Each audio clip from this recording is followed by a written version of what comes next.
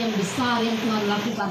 Matius memulai dengan silsilah, dan ada silsilah yang retak, yang aib, tetapi ada tujuan Tuhan. Tuhan mau katakan, aku datang bukan mencari yang sempurna, aku menyempurnakan yang kupanggil.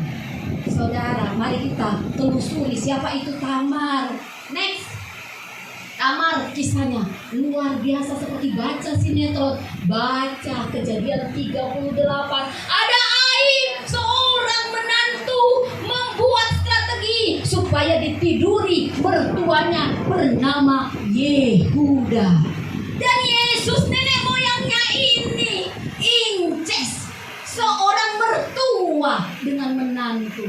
Kenapa dibiarkan ini?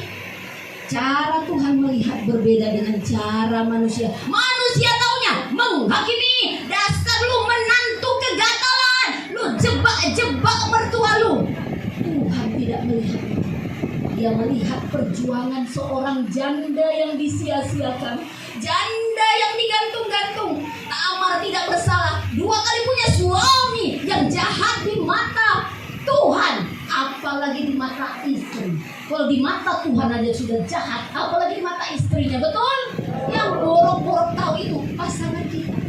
Dia 2 kali suaminya mati, dia dianggap janda sial, padahal dia tidak salah.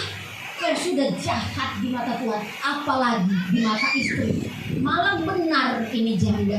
Dulu janda, sekarang beda sama janda dulu.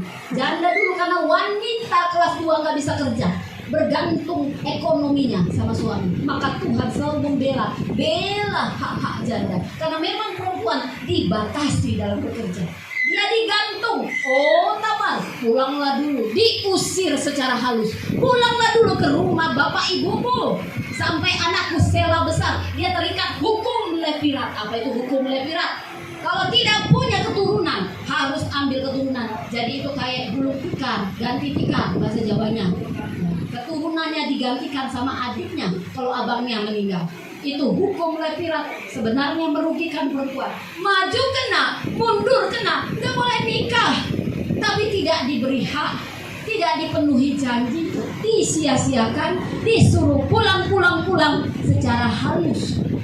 Sampai dia berstrategi, dia menyamar dengan selendangnya.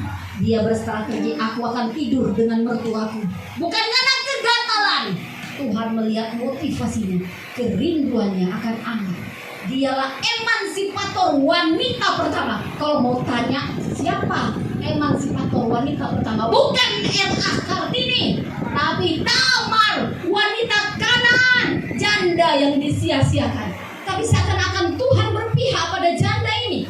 Dia langsung hamil dan Yesus lahir dari keturunannya. Kenapa? Karena Tuhan melihat jauh ke dalam hati perempuan. Perempuan ini punya hati yang besar. Dia ini paling sebel sama Yehuda yang menggantung dia. Malah dia menyiapkan dirinya untuk ditiduri Yehuda supaya garis keturunan Mesias tidak terputus. Oh, butuh hati yang besar seorang perempuan mau ditiduri sama laki-laki yang paling menyebalkan. Itu dicatat oleh air matanya dicatat, bukan karena dia kegatalan sekarang, tapi dia rindu. Dia sudah putus asa, digantung-gantung, nggak bisa nikah, tapi nggak dikasih Sela sudah besar. Maju kena, mundur kena, lalu dia bertindak dengan imannya. Kalau menanggung mati, dituduh berzina. Dia aku mati. Dulu, siapa yang hamil duluan nikah? Ngaco. Ini jam dulu. Saking kisah Tamar ini menyentuh hati saya. Nanti di R.A. Kartini ini topiknya. Emansipator wanita Tamar. Dia diberi anak laki-laki. Dia gak minta anak laki-laki, diberi anak laki-laki. Dia gak minta 2, diberi 2. Dia hanya minta keturunan. Dia diberi penghormatan sama Tuhan. Namanya tercatat di garis silsilah Kristus. Wanita pejuang, wanita yang berdiri untuk keadilan. wanita yang tidak putus asa. Saudara, saya tidak tahu ketidakadilan yang pernah Anda rasakan, aib yang Anda sembunyikan. Tapi seperti Tamar, jangan putus asa.